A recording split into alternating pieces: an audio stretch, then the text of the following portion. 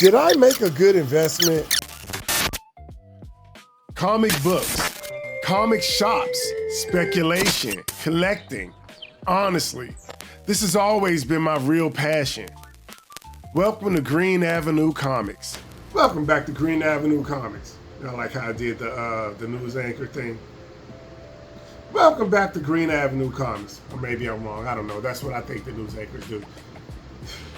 Anyway, back with another unboxing. Still on the hunt.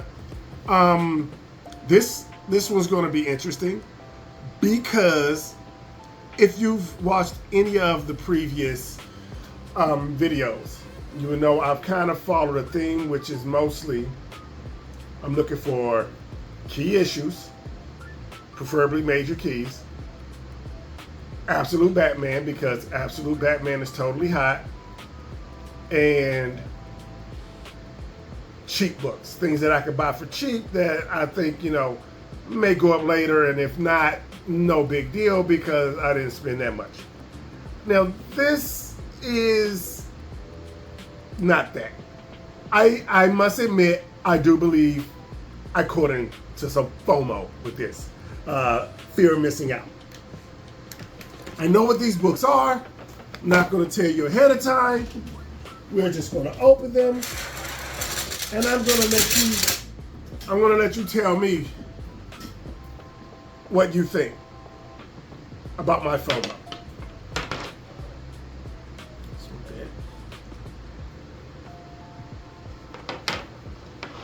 Because I totally FOMO'd out here. All right. Here we go.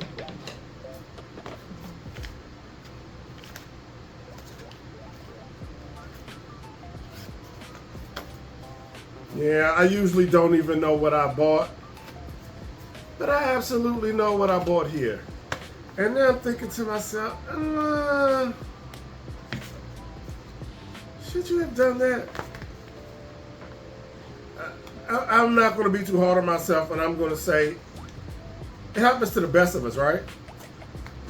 Let me know in the comments if you've caught into some FOMO, and then, you know, not soon after the day that it happened, you realize you got caught up in the FOMO, and then you're like, this isn't a book that I probably should have bought, but I've already done it. And what was the point? I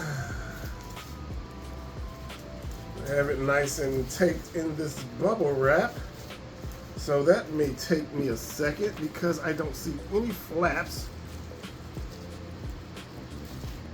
Jeez, I feel like I might as well move on to the next one.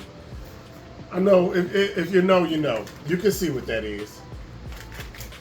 All right. I don't have it showing yet because I didn't want to try to dig into that bubble wrap, but it's G.I. Joe 330. And if you know the significance of that, it's because Lara Croft shows up on the last scene in this book. Not only did I hop online and buy the aftermarket books because of this information, I bought the incentive ratio copies. So I definitely paid a premium. Here is G.I. Joe 330. Not the first appearance of Lara Croft in the comics, but just the first appearance of her hanging out with G.I. Joe on the last page. Yeah, I did that. Not only did I buy into it, I bought two. So, see if I can get this open fast enough because I didn't really want to stay too long on this video. I don't even think this is probably worth discussing, other than the fact that if you want to discuss having FOMO. I saw the hype, or I saw people talking about it. I don't even know if you can call it hype because I don't even think it's been going on long enough to call it hype. I saw people online talking about it.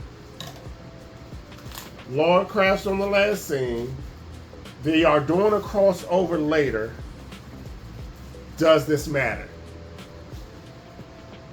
We can say maybe if she shows up in a G.I. Joe movie where they do a crossover, kind of like how they did, they showed G.I. Joe at the end of the Beast Wars movie.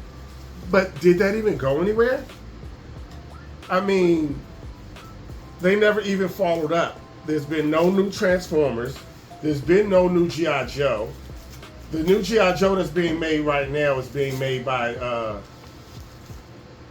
I know it's a comedian. I want to say Seth Meyers, but I don't think that's right.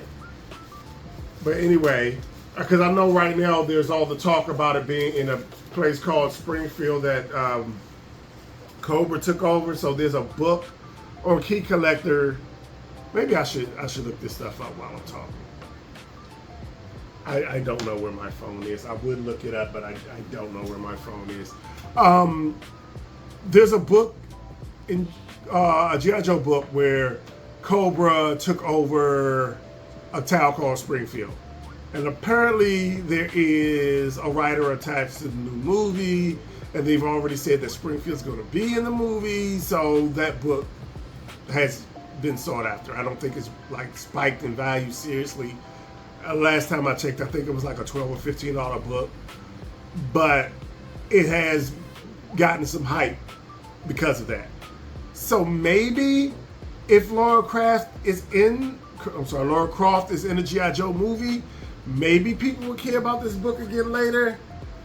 But long term, I don't really think this was a book that's going to be like a big key. Again, so this isn't the first time she's in the comic books. There is no first appearance in this book as far as I'm aware of. It's just Lara Croft at the end. And then there is the crossover book. I believe it's a 6-issue miniseries coming up.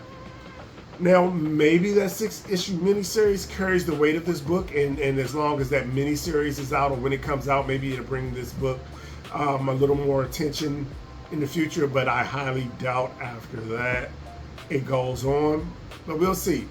Like I said, the G.I. Joe movie, we haven't seen anything with the Transformers from that teaser at the end.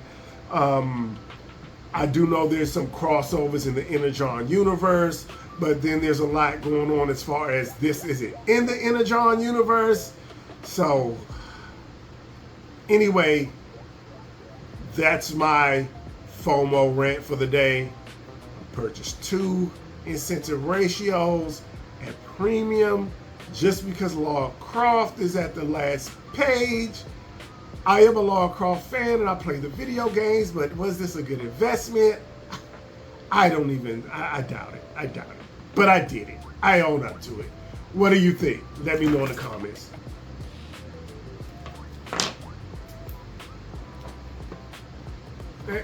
And what do you think? Let me know in the comments if you think buying 2 G.I. Joe 330s, first appearance of Lara Croft meeting G.I. Joe, not even the first time meeting G.I. Joe before the crossover. By the time I even get these to CGC, the value probably have dipped in half. Let me know in the comments. What do you think? We'll check back. I at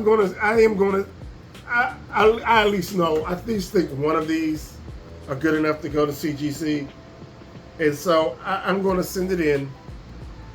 And then by the time it comes back, we'll analyze the current value and determine if this was a big waste of my money. All right, see you in the next video.